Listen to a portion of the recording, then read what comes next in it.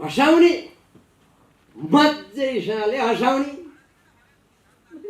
तर जनतालाई वर्षौंदेखि कसले कसरी हँसाएको छ भन्ने कुरा अध्यक्ष महोदयले होइन, चाइनाका एकजना लिउ साओजी भन्ने व्यक्ति थिए क्या। अनि उनले चाहिँ बिरालो कालो होस् या सेतो होस् त्यसको काम मुसा मार्ने हो भनेको छ होइन। अब हामी मुसा मार्न चाहिँ सफल हुनुपर्छ भन्ने कुरा हो। नयाँ ज्वाइँ आउँदाखेरि जुन किसिमको खातिरदारी हुन्थ्यो कोरोनाको पनि त्यस्तै हो। त्यसपछि बिस्तारै पुरानो ज्वाइँ जस्तो भयो, भेट भएको बेलामा नमस्कार है ज्वाइँ भन्ने हो। खैर केही छैन, नेपाली कमेडी सो आउँदैछ, त्यो हेर्नु होला, त्यसपछि देश निर्माण हुन्छ भन्ने मैले आशा र विश्वास दिएको छु। स्पेसल आँखा धेरै चिम्रो भयो कि क्या हो? तरकारीमा नुन कम थियो। आमा नुन त अलिक कम छ त, स्वाद थाहा पाएन, स्वाद थाहा पाएन। होइन कम जस्तो लाग्थ्यो, रहेन त ठिक रहेछ। मोजाको दाम रहेछ जोडीको 3500। जापानी बुद्धि भनेको यही हो। बोल्दा बोल्दै माइक आइरहेको छ होइन, सुनिएको छ भने यस्तो यस भन्ने, सुनिएको छैन भने यस्तो गरिदिनु होला। स्ट्यान्डअप कमेडीको इतिहास संसारभरि राम्रैसँग जगजाहेर छ, तर नेपालको सन्दर्भमा हामी अलिकति स्ट्यान्डअप कमेडी पछाडि नै रहेको हो कि भन्ने महसुस पनि गरिरहेका छौँ। र पछिल्लो समयमा स्ट्यान्डअप कमेडी एक हिसाबले ग्रोथ गरेर अगाडि बढिरहेको छ, तर प्रतिस्पर्धा र अन्डरग्राउन्ड फर्मेटमा मात्रै बढी यसको चाहिँ काम भइरहेको अवस्थामा हामीले स्ट्यान्डअपलाई अलिकति भल्गारिटी र गाली गलोज भन्दा माथि उठाउनको लागि र प्रतिस्पर्धा भन्दा पनि अलिकति माथि उठाएर स्ट्यान्डअप कमेडीको एउटा योगदान स्थापित गरौँ भन्ने हिसाबले पनि यो कार्यक्रमलाई अगाडि बढाइरहेका छौँ। जनता टेलिभिजनको प्रस्तुतिमा हामी यो कार्यक्रम अगाडि बढाइरहेका छौँ र यो हास्यव्यङ्ग्यको मेरो लगभग 20 वर्षको स्ट्यान्डअप कमेडीको यो यात्रामा यो प्रकृतिको सो अलि पहिले नै भइदिएको भए म न्यू कमर हुँदैखेरि मलाई धेरै सहज हुन्थ्यो होला भन्ने लाग्छ।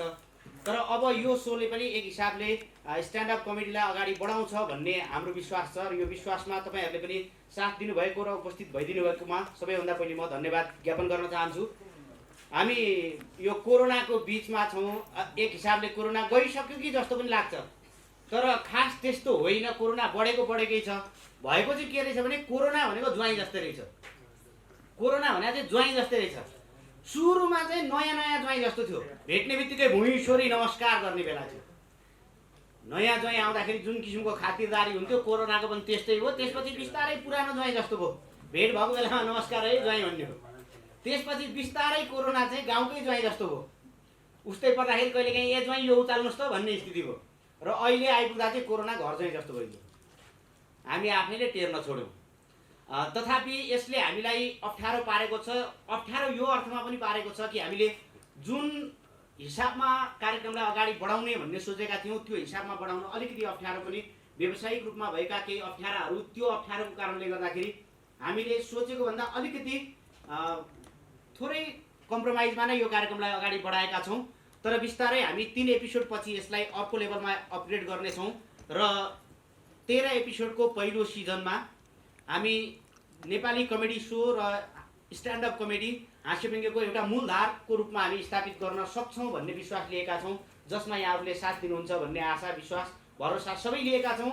र जनता टेलिभिजनले यो आँट गरेको छ निर्माण गर्ने, प्रसारण गर्ने र यसलाई विस्तृत रूपमा अगाडि बढाउनको लागि धेरै योजनाको साथमा जनता टेलिभिजन अगाडि बढेको छ। म जनता टेलिभिजनलाई पनि धन्यवाद ज्ञापन गर्न चाहन्छु र हाम्रो कलाकार साथीहरूलाई म अगाडि स्टेजमा बोलाउन चाहन्छु। सबैभन्दा पहिले स्ट्यान्डअप कमेडीमा पछिल्लो समय क्यारिकेचरको चाहिँ बहुत मिठो प्रस्तुति, कन्टेन्टमा पनि उस्तै राम्रो दक्षता हासिल गरेको र भविष्यसम्म पनि नेपाली हास्यव्यङ्ग्यलाई एक हिसाबमा लिड गर्न सक्ने त्यस्तो व्यक्ति सुबोध गौतमलाई म अगाडि आमन्त्रण गर्दछु।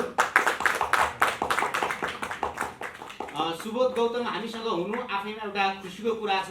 हँसाउने मजाले हँसाउने,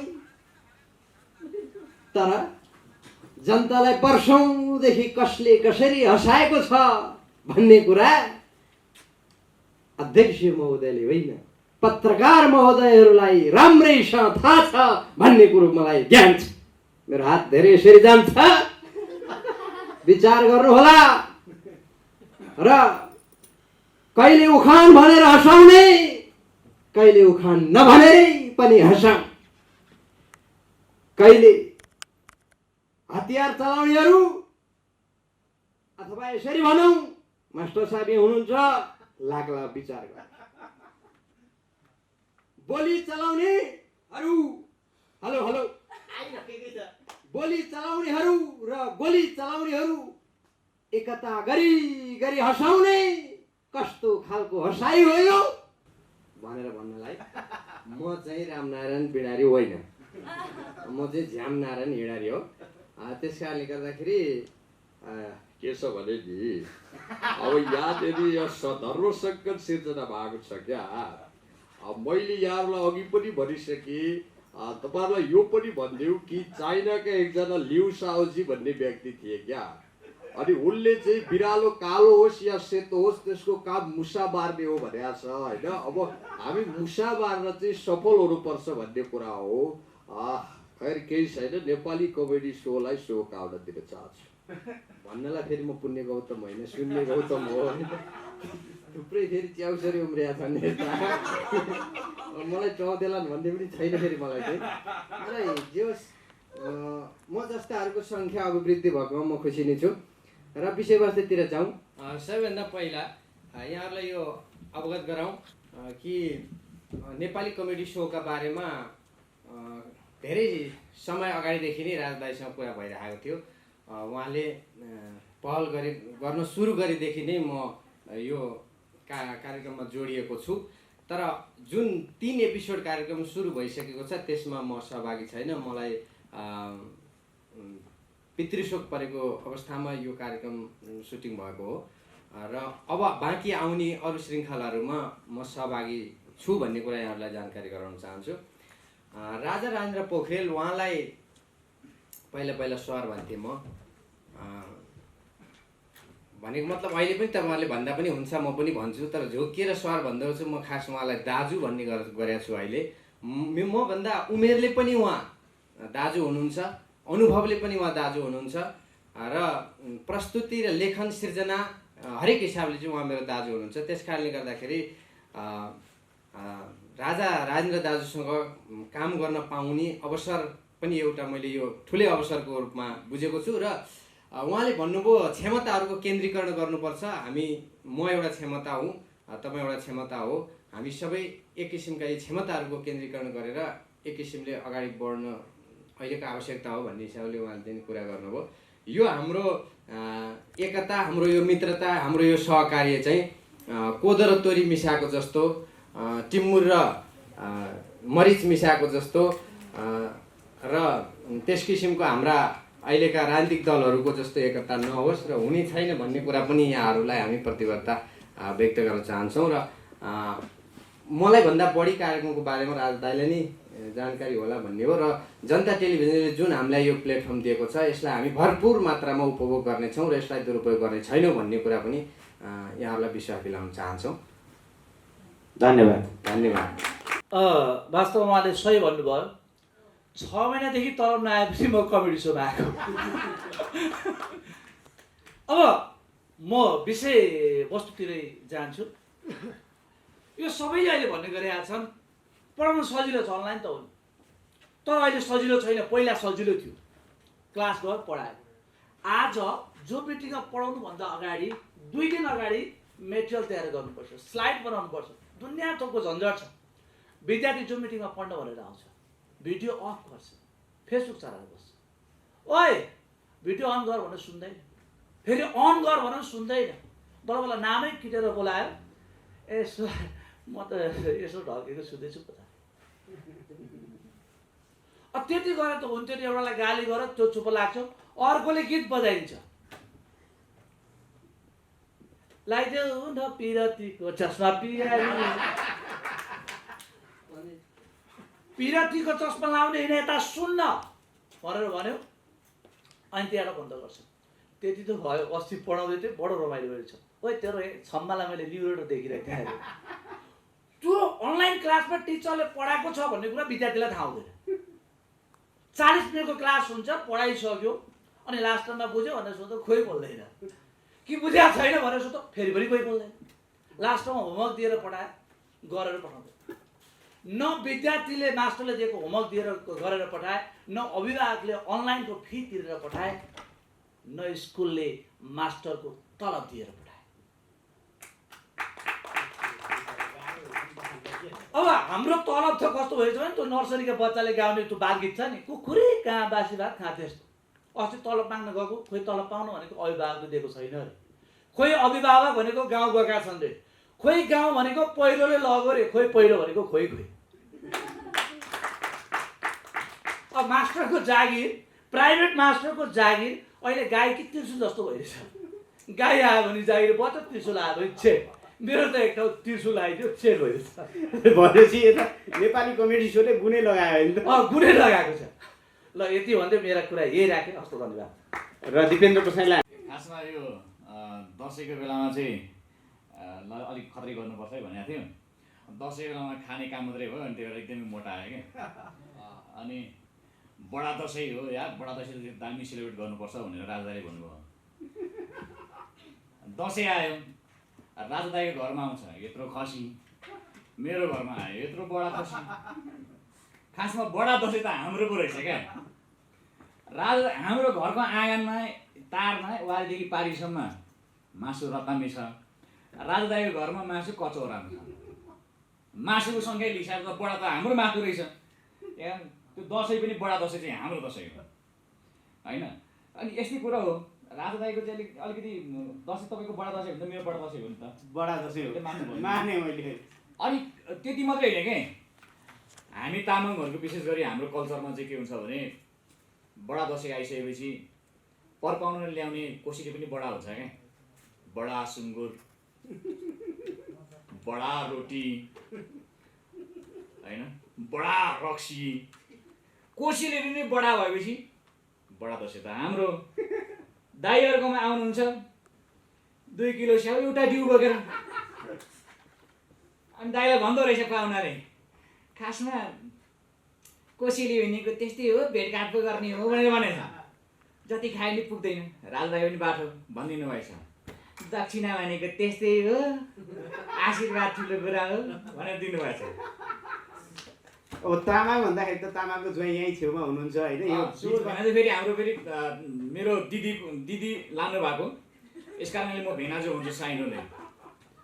अनि हाम्रोमा फेरि के हुन्छ नि, हाम्रो परिवारमा चाहिँ दिल पनि ठुलो बडा हुन्छ क्या।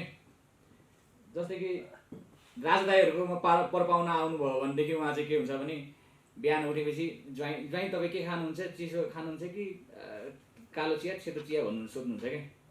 हाम्रो त सासु आमाले सोधेको छ क्या बिहानै उठ्ने बित्तिकै, ज्वाइँ छ्याङ खाने हो कि कोदो गाएर खाने हो भनेर। कुनै ज्वाइँलाई घरमा सासूले सोध्छ त्यसरी। हाम्रो दिल हेर्नु, दिल पनि बडा, तेरो बडा दसैँ त हाम्रो। अनि हाम्रो भेनाजु नि जानुभएछ, गाउँ जानुभएछ, सासूले सोध्नुभयो ससुराली जाँदा गाउँ जानुभयो, ससुराली जानुभयो, मलाई सोध्नुभयो। अनि खाने हो त छ्याङ ज्वाइँ भनेको अल्लाउल्ला पर्नु भएछ भेनाजु। सालोले जिस्काइदियो, खानु न खानु भेनाजु, के हो मुटु सुटु छैन कि खानु न भनेर। सालीले पनि जिस्काइलाई खाइदिनु त खाइदिनु भनेर। अनि लौ त अति नै गऱ्यो भनेर खानु सुरु गर्यो। अनि लास्टमा राति जुरुक्क उठेर सासु आमालाई बोलाउनुहुन्छ, साउनी यता आउनुहोस् त पैसा कति भयो भनेर। कल्चर छैन नि त, पैसा नदिने त कहिले खाएकै छैन। त्यही पनि घरमा अन्तर्जातीय बिहे पनि त्यस्तो समस्या हुन्छ। खैर जे होस्, यसरी नै दसैँ कटाइयो। अनि दसैँ सकियो, अब तिहार आउँदैछ। तिहारको छेकोमा यो कार्यक्रम आउन लागिरहेको छ, नेपाली कमेडी सो। मैले पनि हँसाउने प्रयास गर्न खोजेको छु। अब कतिको हाँस्छ नहाँस्दैन थाहा छैन होइन। या सुन्नुहोस् है, एकछिन है। चाहिने थियो हाम्रो देशलाई सिद्धार्थ गौतम जन्मिदिए पुण्य गौतम, अनि देश कहाँबाट लाग्थ्यो भयो। खैर केही छैन, नेपाली कमेडी सो आउँदैछ, त्यो हेर्नु होला, त्यसपछि देश निर्माण हुन्छ भन्ने मैले आशा र विश्वास दिएको छु। स्पेसल आँखा धेरै चिप्रो भयो कि क्या हो। यति भन्दै जनता टेलिभिजनलाई धेरै धेरै धन्यवाद, प्रशान्त सर अनि राजा राजेन्द्र पोखरेल यहाँ सम्पूर्ण पत्रकार मित्रहरूलाई अभिवादन दिन चाहन्छु। नमस्कार। मलाई पनि त्यस्तै लागिरहेको छ। ल बढौँ अगाडि। ओके, पहिलो कुरो त बधाई छ राजा दाईलाई, गाडी किन्नुभयो, पठाउन हिँड्नुहुन्छ। गाडी किनेर चलाउनु चाहिँ जान्नुहुन्न कि उहाँले। छोरो गाडी किनेपछि मक्ख छ, अब त बाबाको गाडीमा चढ्ने हो, चढ्ने मात्रै हो, हिँड्ने चाहिँ होइन क्या। गाह्रो त्यस्तो छ। लकडाउनमा सबैजनाले केही न केही त गर्नुभयो होला, केही नगरे पनि सुत्ने काम त गर्नुभयो। म चाहिँ ट्रेनर भएँ क्या, बाउलाई सुत्न सिकाइरहेको छु। तैँले केही गर्न हिँड्दै सुतेरै चल्छ भन्थे। अहिले बाबु सुत्ने कसरी रहेछ दिनभरि सुत्न सिका त दिइरहेको छु, बाउलाई ट्रेनिङ दिइरहेको छु। लकडाउनमा म एउटा कुरा एकदम मजाले पत्ता पनि लगाएँ के कुरा थाहा छ? केटीहरूको पनि दारी आउँदो रहेछ नि त। समस्या यस्तो छ, कोरोनाकै बिचमा दसैँ आयो, किनभने कोरोना आयो भने दसैँ नआउने त कुरो छैन। दसैँ आयो, दसैँमा गाउँ गएँ, दसैँ त धुमधाम मनाइन्छ भनेर गाउँ जान्थिनँ, घरबाट 3टा खसी त ल्याइसकेँ भने गएँ, खत्रै मनाउँछु भनेर गएँ। जानु पाएको छैन, झोला लगाएर सकमा ट्याक्क राख्न खोजेँ, बाबु झोला यता ओ पर कुनामा पुऱ्याइदिएको छ क्या। अनि त्यसपछि नुहाउन गएँ। त्यो दिन म कन्फ्युज भएँ, बाबुआमा त मेरै हो यार यो, म अर्कै घरमा त आइगएँ। पछि सिँढीमा गएँ, सिँढीबाट माथि जाने सिँढी पठाइदिएँ, सिँढी पनि हातले छुनु नि पाइएन। गएर कोठामा कोही पनि नबसी स्टोर रुममा ल्याएर राखिदिएँ। त्यो पनि मिन्च हुँदा बस्ने हुन्छ नि छाउपडीको, त्यस्तै छ ओछ्यान, गुन्द्री च्यातिएको, खाल्डाखुल्डी परेको ठाउँ, अनि त्यसपछि ओछ्यान पनि च्यातिएको छ, त्यहाँ गएर सुत भनेका छन्। गएर थाल ल्याइदिए, भात ट्याक्क हालेका छन्, तरकारीमा नुन कम थियो। आमा नुन त अलिक कम छ त, स्वाद थाहा पाएन होइन, कम जस्तो लाग्थ्यो, रहेन त ठिक रहेछ। बस्नु त पऱ्यो, नत्र फेरि 14 दिन बस्नुपर्छ त्यहाँ, गाह्रो छ। अनि फेरि भोलिपल्ट सुतेर उठेपछि जिउ दुख्यो नि त, खाल्डाखुल्डी थियो, अलिकति जिउ दुख्यो जस्तो भयो, जिउ पनि दुखाउँछ अरे होइन, जिउ दुख्या छैन, अलिकति एक्सर्साइज गरेको त्यसैले हल्का भयो होला, त्यो पनि बस्नु पऱ्यो। गाह्रो थियो नि त कोरोनाले। कोरोना के हो कसैलाई पनि थाहा छैन, मलाई पनि थाहा छैन। कोरोना ज्वाइँ हो? ज्वाइँ होइन, कोरोना भनेको आफन्त हो, ज्वाइँ मात्र होइन आफन्त नै हो। किनभने जस्तो राजा दाइको मामाको फुपूको काकाको छोरीको नातिको राजीको सबैको राजा दाइको आफन्त नै हो नि त। कोरोना पनि राजा दाइले सुबोधालाई सुन्नु, सुबोधाले मास्टरलाई सुन्नु, मास्टरले प्रबन्धलाई सुन्नु, कल्पनालाई सुन्नु, सबैले जसलाई छोरी लाग्छ क्या। कोरोना भनेको आफन्त पनि हो। र सुबोध दाइले पुण्य गौतम गर्नुभएको थियो, पुण्य गौतम खास एकजना थियो, पुण्य गौतम हेर्दा वाक्क भइसकेको थियो, अहिले 100 जना पुण्य गौतम निस्किए। तपाईँलाई भनिदेऊ न एउटा कुरा,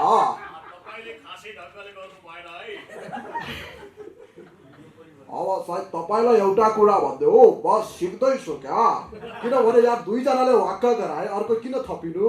एकछिन है, अलि ढङ्ग पुऱ्याएर गर्नुहोस् न, गर्दाखेरि सिधै फ्लप नगराउनु नि त, कहिले थाहा।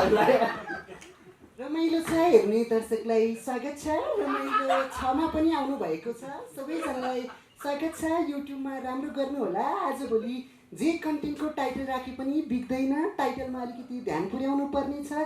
अब भने वास्तविक घटना भनेर पनि नहुने भएको छ, मा कसम पत्याउनु न यो त सत्य हो भनेर हाल्नुपर्ने भएको छ। सबैजनाले ध्यान दिनु होला। हवस् त, धन्यवाद। ओके, नेपाली कमेडी सो जनता टिममा प्रत्येक बुधबार 8:45मा आउँदैछ, सबैजनाले हेरिदिनु होला, यो खबर सबैमा पुर्याइदिनु होला। हवस् त, thank you so much. Baby किन गायब भन्ने थियो, अघि दाइले पनि भन्नुभयो दारी पालेको छ भनेर। दाइ दारी पालेको होइन, मैले भात पनि खुवाउँदिनँ, घाँस पनि खुवाउँदिनँ, यो खास नफालेको हो क्या, पाल्नु पर्दैन नि दारी, घाँस हाल्नु पर्दैन। राम्रो रहेछ, अबदेखि तपाईँ पनि पाल्नु, अझै लामो पाल्नु, त्यसपछि फेरि युट्युबमा interview okay, thank you so much. कहाँ पाउनु दाइ, कति साह्रो पर्यो भनेको त मलाई सोध्नु न। बरु भाग्यमानी मान्छे रहेछ भने दसैँमा सपिङ गर्नेसम्म स्पोन्सर भेटिन्छ क्या, तर आफ्नो त घर पनि झापा, टिकट नपाएर जात्रा। त्यही पनि अलिक भाग्यमानी मान्छे त मुडासम्म भेट्छन्। म कति भाग्यमानी होला, बाल्टी उल्टो पारेर बसेर गएको क्या। फेरि अब गाडी कुदिरहेछ, बाल्टी सरिरहेछ, कुद्दैछ सर्दैछ, पछाडिबाट सर्न थालेको म अगाडि ढोकाबाट त दाइ झन्नै जाम, कसो ज्यान त जोगाएँ। फेरि गएर बसेँ बाल्टी उल्टो पारेर, फेरि गाडी यता फर्किन्छ उता फर्किन्छ, टुटुलको उठिसक्यो, बाल्टी सर्छन् त ठोकिहाल्छ नि। अनि अनेक दुःख गरेर घर त पुग्यो। फेरि यो दसैँमा चाहिँ सबैले झुक्याउने खालको यो स्किम ल्याउने क्या। उतातिर म अब घर त पुगिहाल्यो, यसो केही किनौँ न त भनेर गएको, एकजनाले चिचाइरहेको रहेछन् क्या, मोजा किन्दा जुत्ता सित्तैमा, मोजा किन्दा जुत्ता सित्तैमा। कल्पे टाइम यही हो, मौका हो, नछोड जस्तो लाग्यो गएँ। मोजाको दाम रहेछ जोडीको 3500।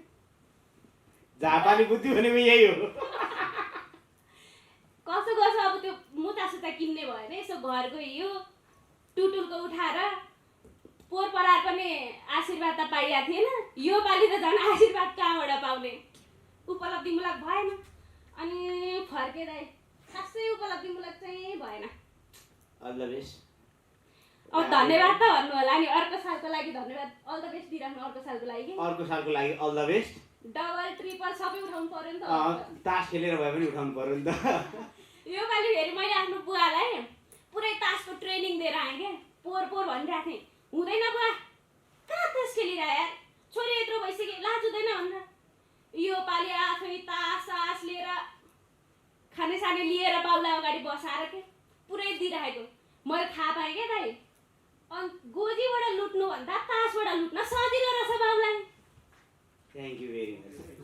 Thank you very much. Thank you.